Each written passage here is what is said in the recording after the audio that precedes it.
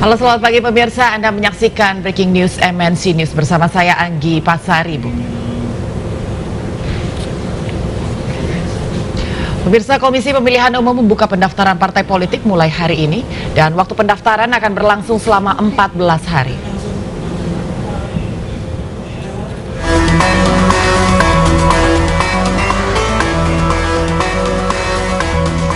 Pendaftaran partai politik peserta pemilu 2024 akan dimulai pada Senin 1 Agustus 2022. Pendaftaran berlangsung selama 14 hari dan wajib dihadiri Ketua Umum serta Sekretaris Jenderal masing-masing parpol. Partai Perindo telah siap dengan seluruh persyaratan untuk mendaftar pemilu dan akan datang ke kantor KPU pada Senin hari ini. Kita akan melakukan insya Allah pendaftaran pada tanggal 1 Agustus hari Senin jam 10 ya. Tentu kami telah siap ya, udah menyiapkan data-data itu sebagaimana apa yang disyaratkan oleh PKPU nomor 4 tahun 2022 dan sesuai dengan Undang-Undang Partai Politik tahun 2017. Ya tentu apa yang surat sudah kami sampaikan kepada KPU sesuai prosedur ya, karena setiap partai politik yang akan melakukan pendaftaran harus melayangkan surat terlebih dahulu sebagai bentuk pemberitahuan supaya ada KPU mau menyiapkan dalam menerima partai politik tersebut. Rencananya di hari pertama pendaftaran, 9 parpol dijadwalkan akan datang ke kantor KPU untuk mendaftar. Di antaranya PDIP, Partai Keadilan dan Persatuan, Partai Reformasi, PKS, Partai Nasdem, Partai Rakyat Adil Makmur, Perindo, Partai Gelora, Partai Buruh. Dari Jakarta, Tim Liputan iNews melaporkan. Ya baik pemirsa, sekarang kita akan melihat langsung seperti apa situasi di gedung Komisi Pemilihan Umum RI atau KPU yang dimana sudah beberapa partai politik telah tiba untuk mendaftarkan diri dalam pemilu 2024.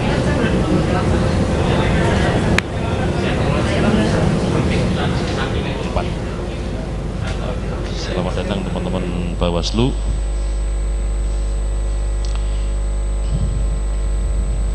Sebagaimana kita ketahui bahwa dokumen persyaratan sudah ditentukan oleh undang-undang dan juga secara teknis sudah diatur dalam peraturan KPU nomor 4 tahun 2022 tentang pendaftaran partai politik, verifikasi dan penetapan partai politik peserta pemilu 2024.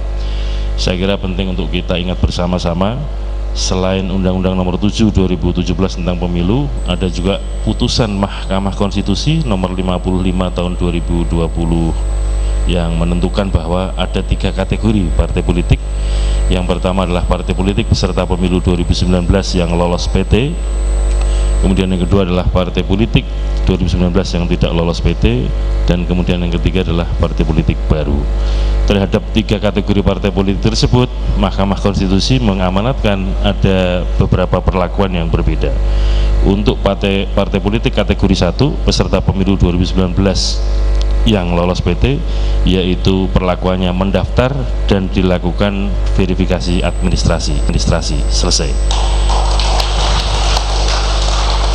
Yang kedua adalah terhadap partai politik kategori 2 dan kategori 3, yaitu partai politik peserta pemilu 2019 yang tidak lolos PT dan partai baru, perlakuannya adalah mendaftar, verifikasi administrasi, dan dilanjutkan verifikasi awal. Nah, berdasarkan data yang ada, sebagaimana kita ketahui bersama secara hukum maupun publik mengetahui bahwa PDI Perjuangan masuk kategori partai 1, yaitu peserta pemilu 2019 yang lolos PT, sehingga perlakuannya adalah mendaftar, tentu saja dalam rangka untuk mengupdate administrasi kepartian, kepengurusan, kantor dan keanggotaan. Kemudian yang kedua nanti dilakukan verifikasi administrasi. Kami memahami betul makna putusan Mahkamah Konstitusi tersebut. Demikian, terima kasih pimpinan PDI Perjuangan yang telah hadir pada kesempatan pertama untuk melakukan pendaftaran partai politik, dan kami nanti akan melakukan pemeriksaan, yaitu untuk pendaftaran ini kategorinya cuma 1, Mas Bambang, lengkap atau tidak lengkap, itu aja. Dan nanti teman-teman LO yang standby di sini, apabila ada hal-hal yang kurang akan segera kami informasikan. Tapi kalau menurut data Sipol sih kayaknya enggak, karena sudah 100% semua. Tentu nanti kami lakukan penelitian, cocok-cocokan, dan pada bagian akhir nanti diterbitkan berita acara, dan bila sudah selesai akan kami informasikan pada pimpinan partai politik. Demikian, mohon nanti setelah dari pendaftaran ini, mohon pimpinan partai politik berkenan konferensi pers menyampaikan kepada publik tentang apa yang dilakukan oleh PDI Perjuangan pada saat mendaftar pada hari ini. Demikian, mohon maaf kalau ada kekurangan. Semoga apa yang kami lakukan nanti bisa berjalan dengan baik. Mohon doa restu Bapak Ibu sekalian. Terima kasih. Assalamualaikum warahmatullahi wabarakatuh. Waalaikumsalam warahmatullahi wabarakatuh. Selanjutnya kita langsungkan sesi foto bersama. Tentunya kami mengundang pimpinan PDI Perjuangan akan melakukan sesi foto bersama Ketua dan anggota Komisi Pemilihan Umum. Mohon berkenan pimpinan dari Bawaslu.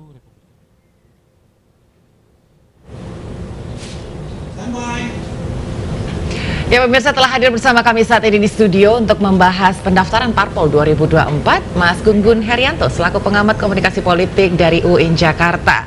Selamat pagi. Selamat pagi, Bang. Mas Gun-Gun, apa kabar? Kita masih prokes ya. Iya. Mas Gun-Gun, you look great. Thank you so much. Yeah. Is that too much? Enggak. Biasa saja. Biasa aja. Mas Gun-Gun, ini hari pertama pendaftaran dimulai. Menurut Mas Gun-Gun gimana nih kesiapan KPU deh? Menurut saya sih masih on the right track ya. Artinya persiapannya bagus, artinya on schedule, kan tanggal 1 sampai 14. Jadi ini udah mulai dibuka nih tirai kontestasi dengan mereka mendaftar. Hari ini saya pikir udah mulai antusias kan Parpol ya. Karena coba Anggi juga udah mulai antusias. Coba Anggi lihat deh, sekarang kan udah 2 jam 8 sudah Parpol udah mulai mendaftar. Dimulai dengan PDI Perjuangan, nanti juga ada PKS, ada Perindo kan, dan lain-lain. Kalau dari Parpolnya sendiri, dari pendaftaran, momen pendaftaran kali ini, Mas Gun-Gun lihatnya gimana nih? Apakah Parpol yang sebelumnya sudah sempat lolos nih? Iya. Dan apakah ada peluang lagi lolos di untuk maju di tahun 2024? Kalau soal lolos atau tidak kan nanti pada saat pemilunya berlangsung ya 14 Februari 2024. Tapi yang dimaksud lolos verifikasi kan, ya itu sangat tergantung begini, kan ada kategori ya. Ada partai yang sudah lolos parliamentary threshold 2019, dia harus mendaftar. Dia nanti dicek administrasi, namanya verifikasi administratif, tetapi tidak perlu verifikasi faktual. Kalau yang sudah lolos parliamentary threshold 2019. Bagi yang tidak lolos parliamentary threshold 2019 itu di verifikasi administratif dan verifikasi faktual. Termasuk parpol baru, karena Anggi sekarang ini banyak sekali parpol, ada 42 loh, 42 partai politik ya. Betul. Nah kalau dari Mas Gun-Gun sendiri, apa yang perlu dipersiapkan oleh partai politik sendiri Mas untuk kali ini? Karena sepertinya akan sedikit berbeda ya 2024 nantinya. Ya kalau untuk pendaftaran, ini kan fasenya pendaftaran ya. 1 sampai 14 itu nanti kan September itu akan ada verifikasi administratif, termasuk juga koreksi ya, artinya beberapa hal yang kurang masih bisa diperbaiki. Baru Oktoberan itu verifikasi faktual ya, nanti itu yang berat sebenarnya, verifikasi faktual. Tapi apa yang kemudian harus dipersiapkan oleh partai politik ya, itu ada tentu pertama mereka kan sudah mengisi kan di Sipol ya, dan itu tentu harus ada akuntabilitas publik tuh dari apa yang diisi kan, sehingga ketika sekarang didaftarkan nanti lengkap atau tidak lengkap, proses itu kemudian akan bergulir dalam konteks misalnya verifikasi nanti di bulan September, sehingga saya mulai tanggal 2 nanti ada proses bagaimana secara administratif, apakah kemudian sudah memenuhi apa yang kemudian menjadi ketentuan berdasarkan undang-undang, ya kan? Kita masih memakai undang-undang yang dipakai di 2019, Undang-Undang Nomor 7 tahun 2017. Kalau untuk kali ini yang perlu menjadi perhatian bagi partai politik sendiri apa nih, Mas Gun-Gun? Ya tentu syarat sesuai dengan ketentuan undang-undang kan, misalnya ya keberadaan mereka di 100% provinsi. Kemudian harus ada di 75% ke kabupaten kota, dan ada 50% tingkat kecamatan. Itu paling standar lah ya. Belum lagi misalnya soal keanggotaan 1/1000 dari tiap warga di daerah yang bersangkutan. Karena kalau melihat persyaratan itu sendiri, Mas Gun Gun 100% harus berada di wilayah Indonesia, 75% dan 50% kemudian keanggotaan 1/1000 begitu. Termasuk relevan nggak sih, Mas Gun Gun? Ya, ini kan kehadiran partai sebagai entitas publik itu kan perlu yang disebut dengan dukungan publik. Oleh karena perlu dukungan publik, maka representasinya memang kehadiran eksistensi mereka di basis-basis publik, basis-basis warga. Jadi menurut saya sih kalau untuk syarat itu termasuk yang saya mengapresiasi syarat itu, termasuk juga ya ini ya masuk akal ya dari sisi akuntabilitas kehadiran partai sebagai entitas publik. Kan memang harus ada di 100% provinsi.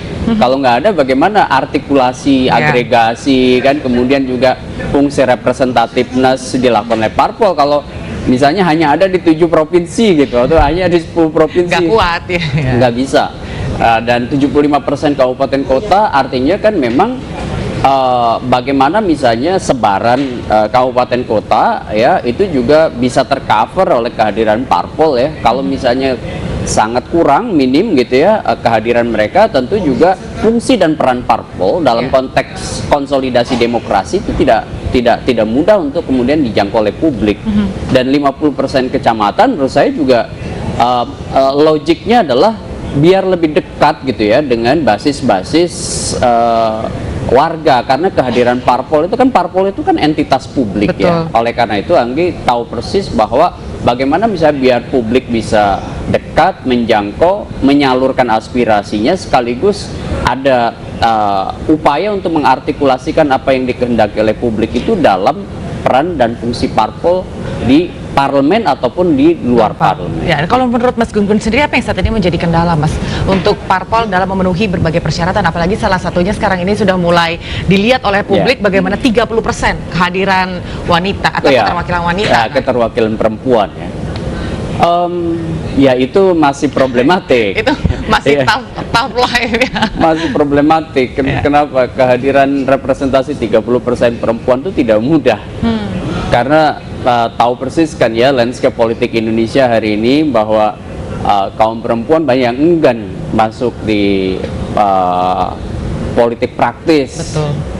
Masih enggan berafiliasi, speak up, menyuarakan apa yang ada di pikirannya tentang apa yang kemudian menjadi tuntutan, keinginan, kehendak politiknya. Baik, Mas Gun Gun, ini kalau kita bicara soal keterwakilan wanita, ini panjang nih Mas, tapi kita akan hold dulu sementara Mas, kita akan ke KPU saat ini.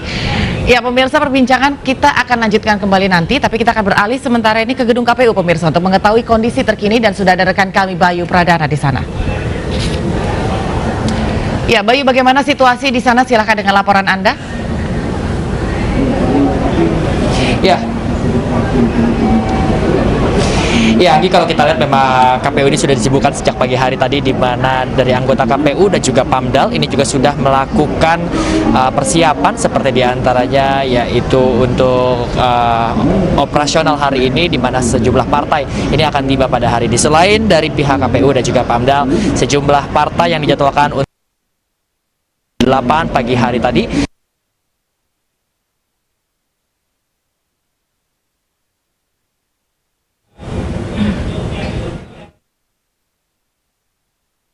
cukup meriah dari PDIP, di mana PDIP tadi melakukan long march bersama-sama dengan iringan dari marching band dan juga sejumlah perwakilan dari partainya yang sudah tiba. Meski demikian, dari jadwal memang tadi PDIP dijadwalkan untuk masuk terlebih dahulu, dan tadi sudah selesai baru saja beberapa waktu yang lalu. PDIP sudah naik ke ruang sidang di lantai 2 atas sana, di mana tadi sudah ada perwakilan sebanyak 12 orang yang sudah langsung diterima oleh ketua dari KPU yaitu Hasyim Asyari, dan kemudian menandatangani surat dan berfoto bersama. Kalau dari pantauan kami saat ini sudah mulai masuk kembali ke dalam ruangan, yaitu adalah PKP yang baru saja masuk, dan dari layar yang ada di sisi kanan kiri kami melihat ini penyambutan juga dilakukan oleh pihak KPU kepada PKP. Nantinya juga akan dilakukan lagi yaitu adalah penyambutan dan juga penandatanganan hingga foto bersama yang nanti akan dilakukan.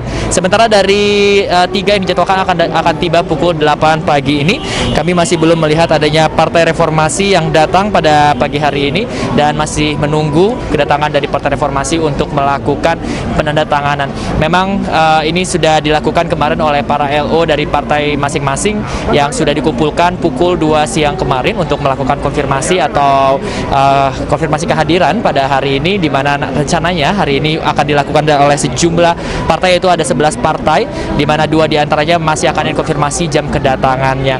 Sementara itu memang kami masih menunggu kehadiran partai-partai lain yang akan hadir kembali hari ini dengan melakukan sejumlah prosesi, diantaranya yaitu penyambutan dari KPU, kemudian penandatanganan, dan kemudian para partai ini akan kembali, dan memang antusias sangat terlihat, di mana ini adalah hari pertama mereka untuk mendaftarkan partai mereka sebagai peserta pemilu.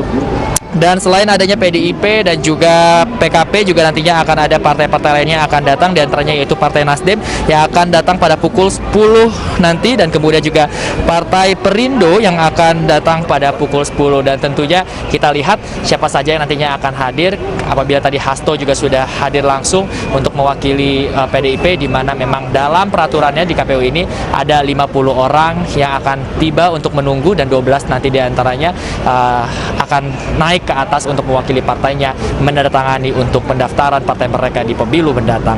Anggi. Bayu, sejauh ini seperti apa protokol kesehatan di sana? Karena kalau diperhatikan memang saat ini proses pendaftaran masih berlangsung di kala pandemi. Silakan Bayu.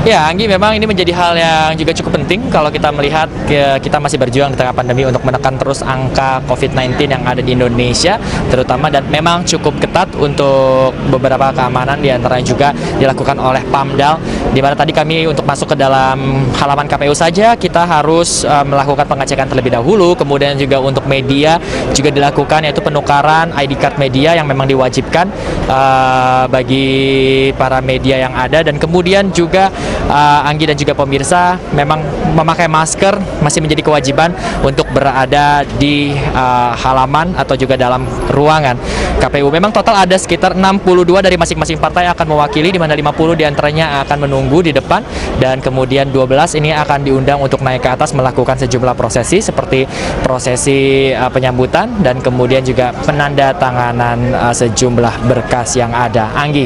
Ya, bagaimana dengan pengamanan sendiri, Bayu, di sana? Apakah ada penutupan jalan atau mungkin pengalihan arus lalu lintas? Dan sejauh mana Anda memperhatikan proses pengamanan yang dilakukan oleh TNI atau Polri mungkin di sana, Bayu? Ya, Anggi, kalau Anggi, yang kami lihat saat ini memang pengamanan masih dilakukan dengan cukup sederhana, dengan mengandalkan Pamdal saja yang sudah bersiaga di sejumlah titik seperti yang ada di sebelah kiri saya atau dari sisi pintu masuk, kemudian juga ada di sekitar gedung yang memang harus mengamankan berjalannya prosesi pendaftaran ini agar berjalan dengan lancar dan tidak terlalu crowded atau tidak terlalu ramai, Anggi. Dan kemudian hingga pagi hari tadi kami datang belum ada pengalihan arus lalu lintas. Meski demikian, memang tadi long march juga dilakukan oleh pihak PDIP dengan marching band yang saat ini masih berderu, dan kami melihat memang saat ini informasi bagi Anda pemirsa dan juga Anggi bahwa PDIP sesaat lagi akan meninggalkan KPU dan tentunya bergantian dengan partai lainnya, di mana untuk meninggalkan KPU sendiri ini melewati pintu yang berbeda berada di sebelah kanan kami, dan ini dilakukan agar semuanya dapat berjalan dengan tertib dan juga lancar. Anggi. Baik, ini menarik sekali, Bayu. Tadi Anda sempat menyampaikan bahwa ada arus pintu yang berbeda bagi parpol yang mendaftar. Nah, kalau diperhatikan, apakah ada warga yang juga berkumpul yang sepertinya cukup antusias untuk menyaksikan seperti apa proses pendaftaran parpol ini di KPU, Bayu?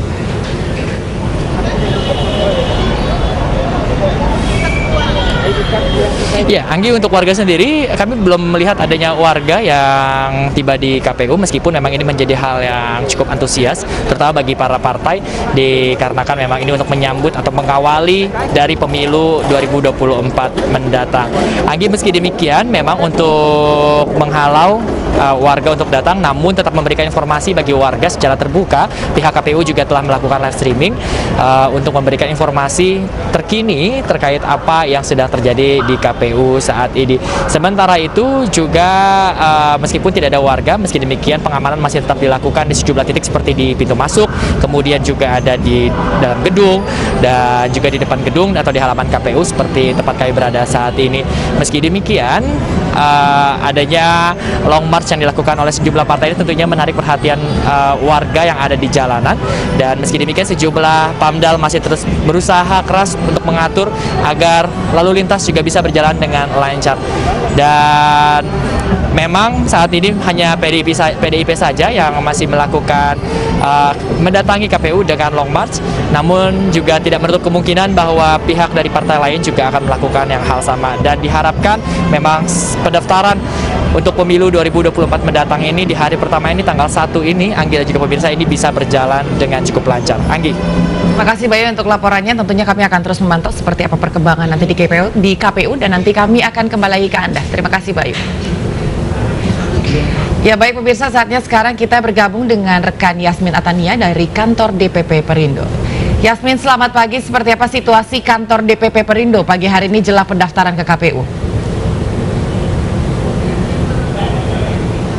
Baik, selamat pagi Anggi dan juga pemirsa. Seperti kita ketahui bersama bahwa mulai hari ini hingga tanggal 14 Agustus mendatang, Komisi Pemilihan Umum membuka pendaftaran bagi peserta pemilu 2024. Nah, rencananya kan ada 11 partai yang akan mendaftarkan diri pada hari ini. Satu diantaranya ialah Partai Perindo. Partai Perindo sendiri dijadwalkan akan mendaftarkan diri ke KPU pada pukul 10 waktu Indonesia Barat langsung oleh Ketua Umum Partai Perindo Haritanu Sudibjo.